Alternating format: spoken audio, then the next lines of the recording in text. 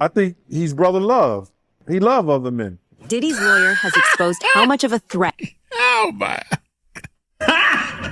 Got him! Got him! Hey, I'm ready now.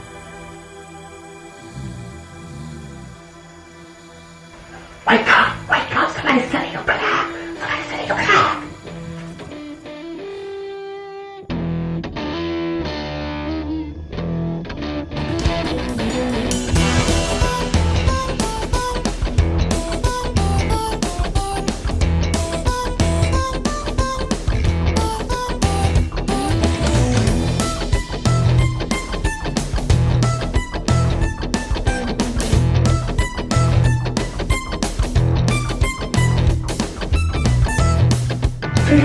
What do you want now, damn it? What? Really? Hit me with the super bass. Okay, I'll hit you with the super bass. You got it? You got bass guitar? I just send you a lead guitar. That's better.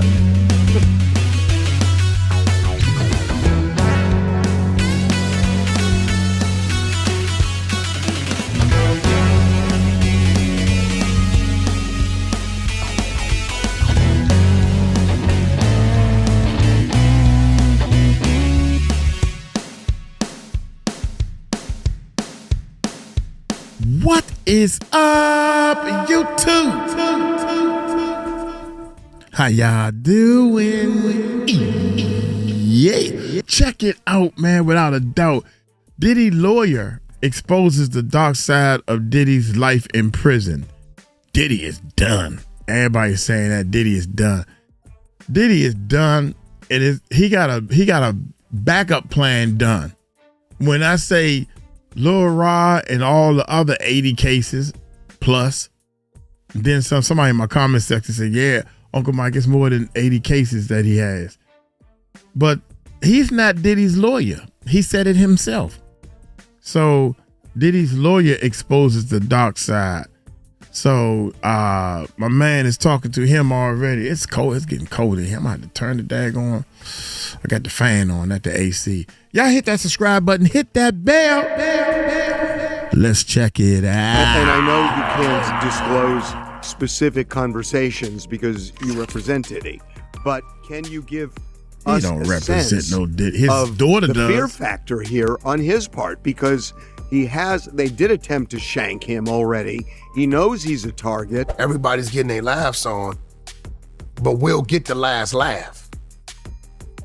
It's a jail call. I don't know how you ain't got that, but that's crazy. I think he's brother love. He love other men. Diddy's lawyer has exposed how much of a threat. Oh my. Got him! Got him! That was a shocker right there. Diddy, brother love. Brother love. Get it? Brother, I love my brothers. Oh my God. My man said. It's a jail call. I don't know how you ain't got that, but that's crazy. I think he's brother love.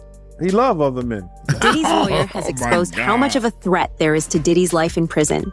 And let me tell you right now, Diddy better not drop the soap because things aren't looking good for him. Are you concerned Sean Diddy Combs could be sexually assaulted, violently assaulted? Because based on what was said in court, it feels like a thing. If I could say one thing to him, in all honesty, don't drop the soap. When Oh Diddy's my lawyer, God. Mark Garagos, appeared on the Two Angry Men podcast with Harvey Levin, he didn't sugarcoat what life would look like for Diddy in prison. From the start, he made it clear that Diddy isn't just another inmate, he's a high-value target. Garagos revealed that someone already tried to attack Diddy inside the Metropolitan Detention Center, but guards stopped it just in time. Diddy is going to spend definitely 2+ years in a federal prison. I just want to lay this out right now. He is a target because they talked about this in court. They said somebody tried to shank him already, and that he is a big target. Are you concerned that Sean Diddy Combs could be violently assaulted? Is that a thing? Because based on what was said in court, it feels like a thing. Yeah, it clearly is a thing. I mean, they're already, and he did not want to make a big deal of it. They already tried to shank it once at the MDC, and that was thwarted. And it happens in prison. I mean, you and I could tick off how many times we are aware of somebody getting seriously injured or killed in prison. And so they're going to have to keep him somewhere that they can keep an eye on him. Geragos admitted he hasn't spoken to Diddy since the sentence came down, but said it's only a matter of time before reality sets in. Diddy might be trying to keep a brave face for now, but prison life will be a shock, especially for someone used to controlling every part of his world. Gene Deal has also previously talked about how much Diddy likes men, and now it seems that could work against him in prison. You being around Puffy, isn't any truth to him being fruity? I don't know what you mean by really, do I see this man being fruity? Does the man like other men? I think he's brother love. He love other men. In fact, Whack 100, a music executive with insider info, even claims that Diddy may have already willingly engaged in some activities of that sort and how Diddy's jail call was linked to it. If Puffy has a boyfriend right now in jail, what do you think? I believe Puffy may have engaged in some activity. Right. They say the inmates, they fight each other over the right to make his bed in the morning. Anybody doing that is participating in the activity. If that's true, like, I don't know. I don't think Puffy would have to say that. But what do you think about that phone call?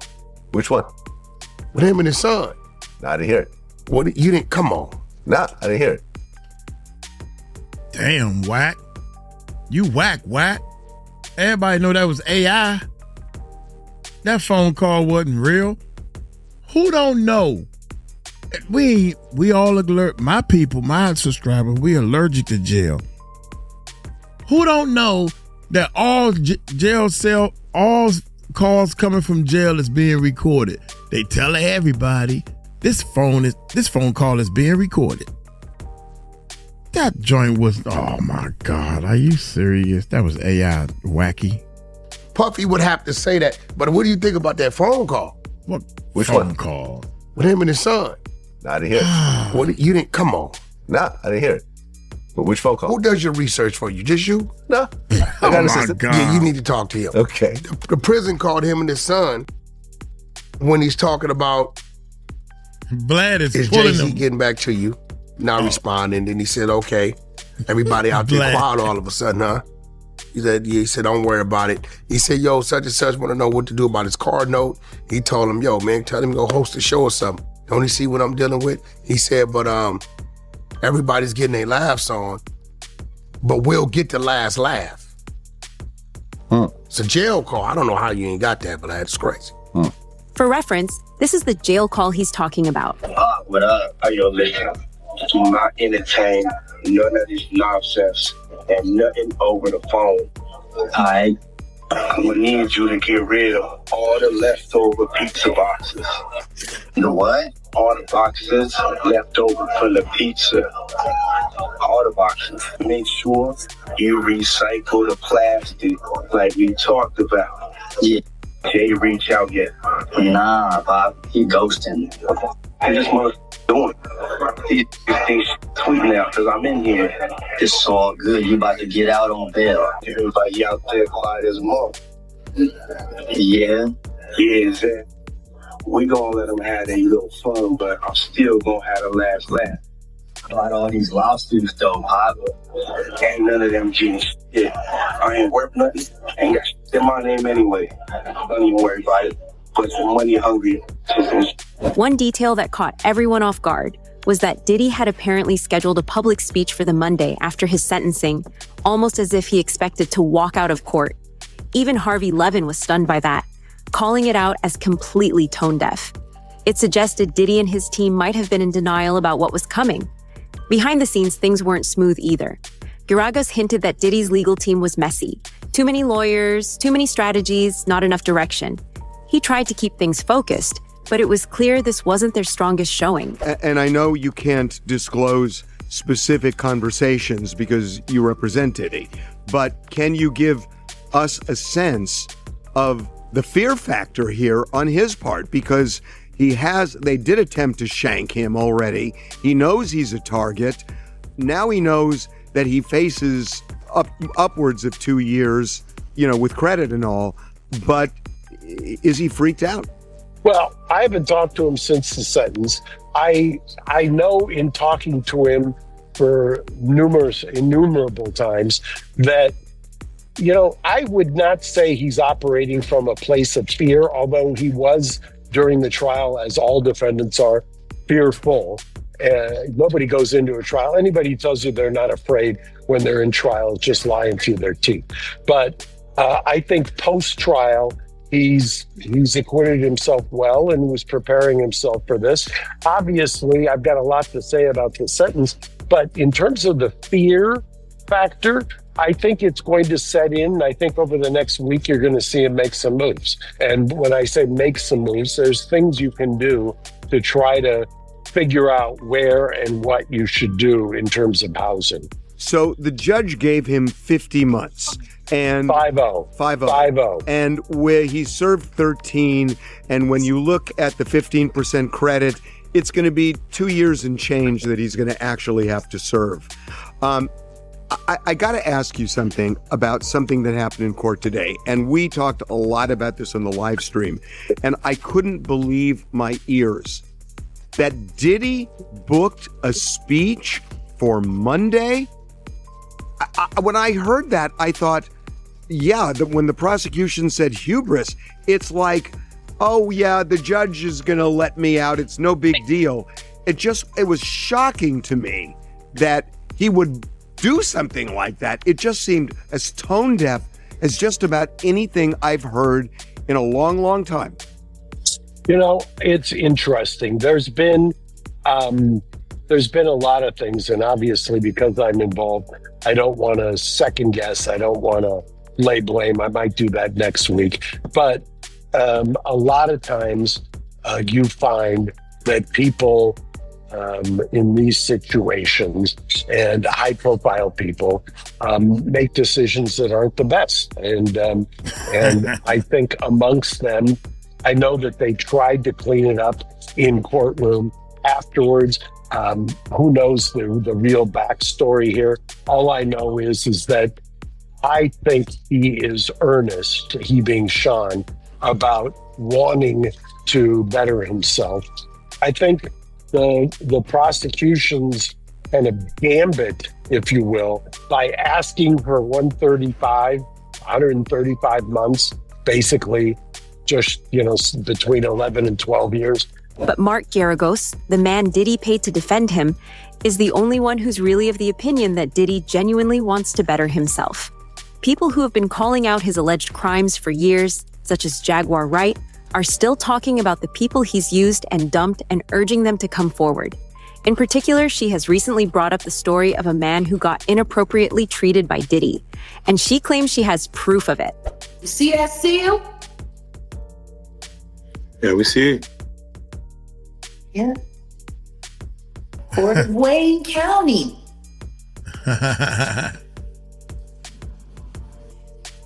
Ask me why that means anything. Please, if you don't mind. Mm-hmm. Well, see, it has to do with this case. Whoa. Back in 1998. It's so funny that you said rappers from back then, back in the late 90s, and they did this and they did that.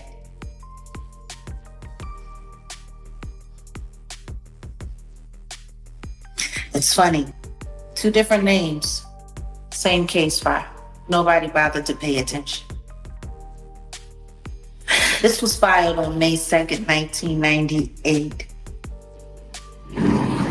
The defendant's name is Derek Lee Cordello Smith. Have you ever heard that name before? No. Please. He's a victim of Sean Combs. This is an exhibit.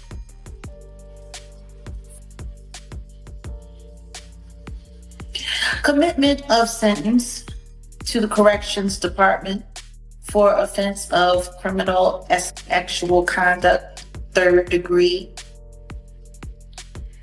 as conditioned primary offense. Wayne County Medical Examiner's autopsy report, which would be the autopsy report of Carl Bishop. An sexual kit, a grape kit, and the materials contained were of the victim and the defendant.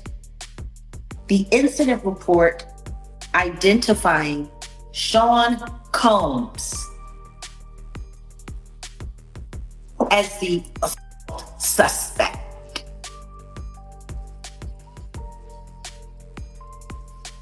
Well, do you understand what that means? Hey. Do you understand what that means? What I'm holding right here in my hand in this device that I uploaded for protection of the records.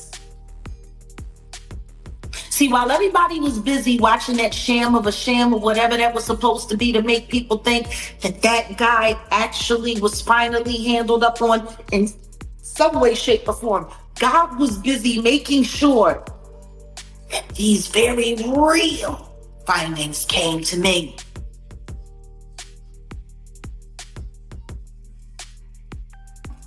Do you see what I'm telling you? No, definitely. There's a great kid. And the diddler is the assailant.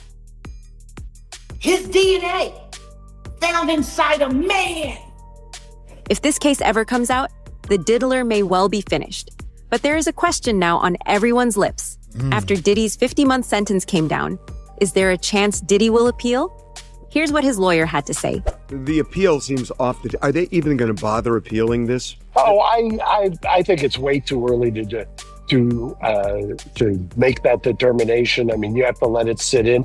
I will tell you, and by the way, 50 months, 5-0, leaves you open to a number of possibilities if you're Sean Combs. And he will be consulting with consultants. He'll be consulting with professionals who will give him the advice on that, who understand exactly the permutations. But for an appeal, I'm going to go back to the point I made and try to make it less esoteric. By giving him 50 months, by the judge sentencing him to 50 months, the appeal, I think, if I'm handicapping it, if somebody comes to me and says, Mark, what do you think about an appeal? It's not Sean Combs, it's somebody else. The judge found sentencing guidelines that were over 70, and the judge went under by 20. And then I'm asked, I went to trial, I lost on a couple of counts, and the judge went under what probation suggested the guidelines are.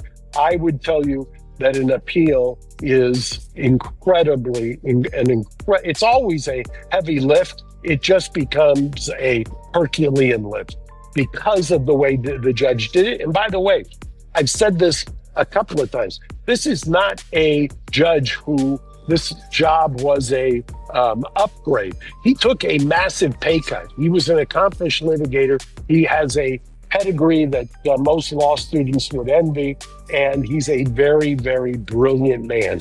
And if you don't think he thought this through and understands, no judge wants to get reversed. And this is about as insulated a sentence as you can get from an appeal. Having said that, on the Mann Act itself, he left some wiggle room open for the constitutionality of the Mann Act as applied.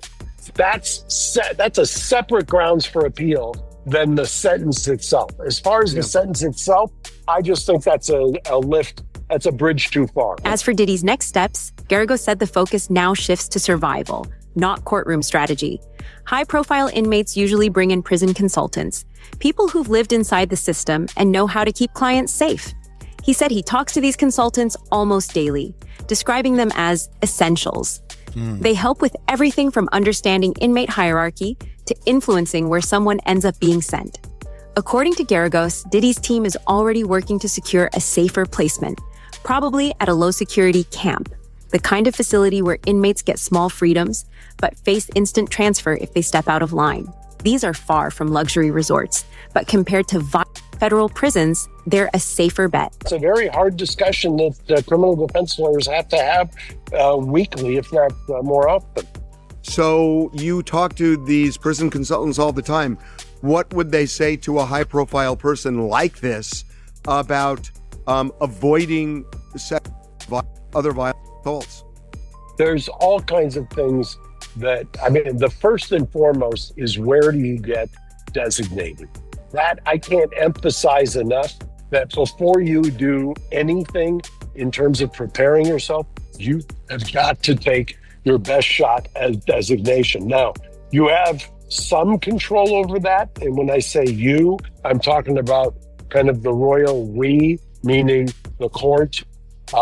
Your lawyers can bring stuff to the attention of those who make the designation. You can send them material. You can try to point out things. But ultimately, at the end of the day, that's a decision that is made internally. They have their own protocol. They've got their own checklist, so to speak, and they're going to designate you at a spot. Now, you do have remedies if you get designated to some place you don't necessarily think you belong. I've had clients who have challenged that successfully. When they've been designated, they think it was because of a misnomer or a misclassification, and they've successfully done it. But sometimes be careful what you wish for. You get a little kind of what I call in LA parlance freeway therapy, where, okay, you want to go someplace that's not as onerous. We're going to send you someplace where you've got no relative anywhere near you because you challenged us. I don't want to say it's punitive, but it's punitive. And so that is the next kind of effort that's going to be made, is to determine and to handle where the designation is. And I'll bet you TMZ breaks that news as to where the designation is, probably within minutes of when they make the designation. So let's say he is sent to a minimum security prison. Is he out of the woods when it comes to that kind of a... If you're going, you and I talked about Ghislaine Maxwell, who went from the one place in Florida, which was a higher level, not a camp. And she was transferred after she did the interview with the couple-day interview. She was transferred to what they call a camp in Texas, which I'm familiar with. I've had other clients in. So a camp is generally one of the better places to be. And the reason for that is because a camp is basically, you get certain privileges, and if you step off of the line, so to speak, if you violate, if you do anything that is not according to Hoyle, they will immediately send you someplace a lot more onerous. So that's why I say, in a long-winded answer to your question, yes, you've got to get designated somebody. I know he wants to be New York adjacent. If I'm Sean right now, I'm going to be angling for someplace like Lompoc Satellite Camp or something along those lines. Former Real Housewives of New Jersey star Joe Giudice, who spent 3 years at Fort Dix for fraud and conspiracy, says the reality isn't all that peaceful. And what he did was, and the argument was, that it's what's called acquitted conduct, meaning there was conduct that he was acquitted of. And the judge said he wasn't going to basically go into that kind of whole line of cases, but he was going to consider it as a factor. And he did consider it, obviously, as a factor. And he said he was going to send a message, basically deterrence effect. I always think of my father whenever a judge says, I want to send a message. My father used to say, shows you how old I am, you want to send a message, use Western Union. Still, Giudice's attorney, James J. Leonard Jr., defended the facility, saying it's considered one of the better federal prisons to serve time in. He's going to have a really rough time following the straight and narrow while he's in prison. Well, I've seen it personally. I think he has changed dramatically while in the jail, well, which that's is good. Not a prison. I'll make that distinction. Pre-conviction, post-conviction, pre-conviction jail, post-conviction prison. So he has changed dramatically. That's good. However, there's always that tendency. It's in the personality.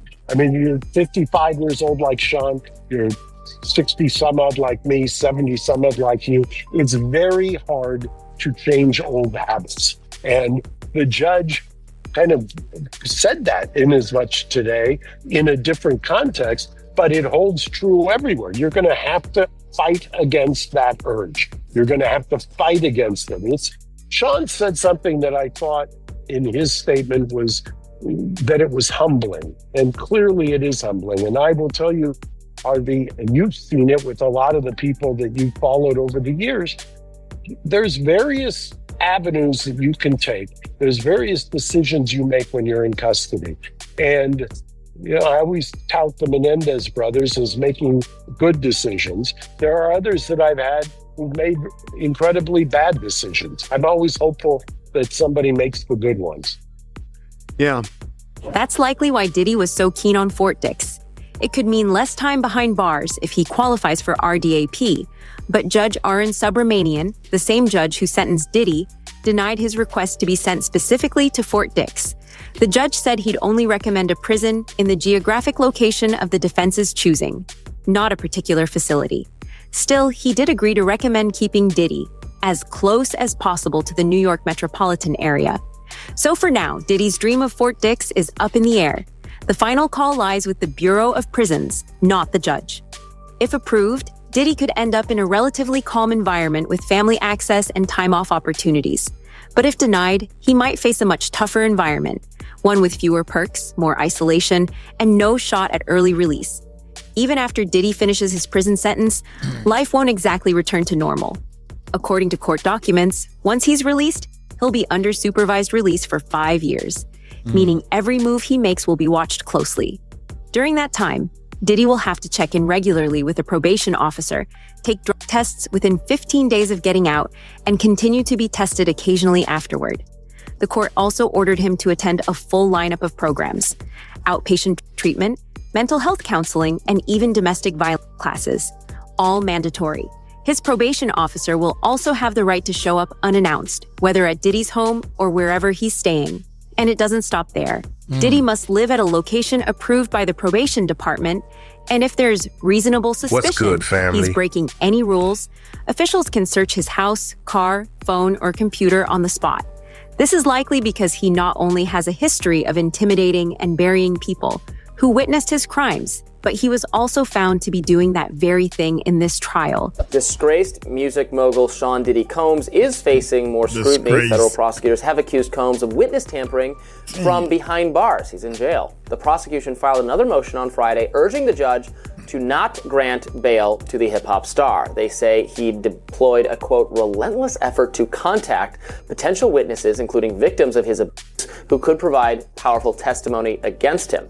He's doing that, again, from behind bars. Now, for context, Combs was arrested, charged in September with trafficking, racketeering, and transportation to engage in prostitution. And trying to get away with robbing him. You know, when Derek made his investment into Bad Boy, it wasn't just him. There were 9 other gentlemen that invested $150,000 each, by the way. The disgrace. Young black men saved up their money, stacked up their cash to Recording invest into this animals company. Dang. And it's been appreciating all this time. Ask me how many of those investors, other than Derek, are still alive. Geez, how many? Sheesh. Kind of like Uptown Records. Only one left. Derek.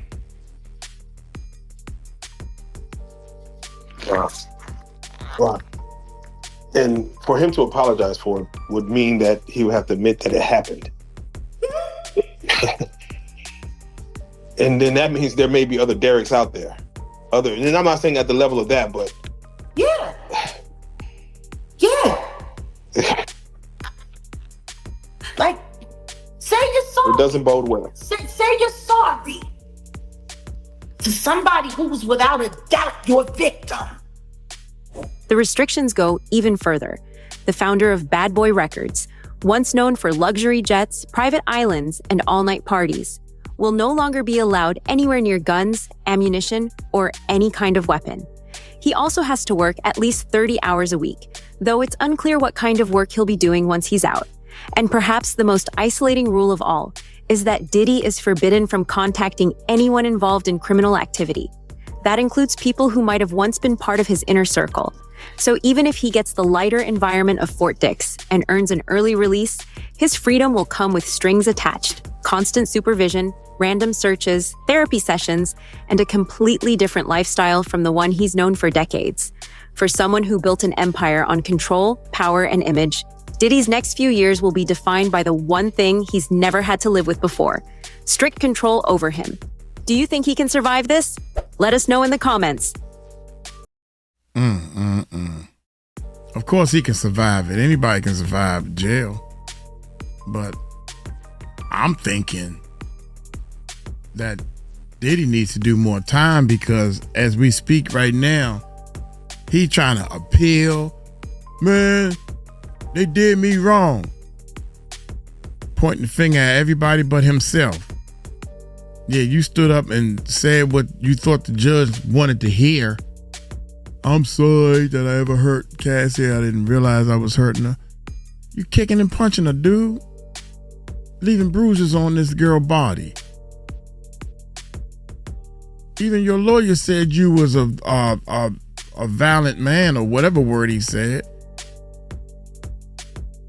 I really think that Diddy still think he in control and he running things. Of course we're gonna appeal. Dude, by the time you complete appealing, it's time for him to get out of jail if he do what he's supposed to do. Oh my God. Then you got the civil cases. 80 civil cases. Y'all listen to this now. 80 out of 80 civil cases, not one of them going to turn criminal. Something wrong with our system. That should be criminal right there, but that you got 80 people coming forward saying that you did this, that, and the third to them, that you was found guilty on. Man, y'all take it light, take it slow. Tell them Uncle Mike told you so. Trying not to get too deep in my emotions. Peace out.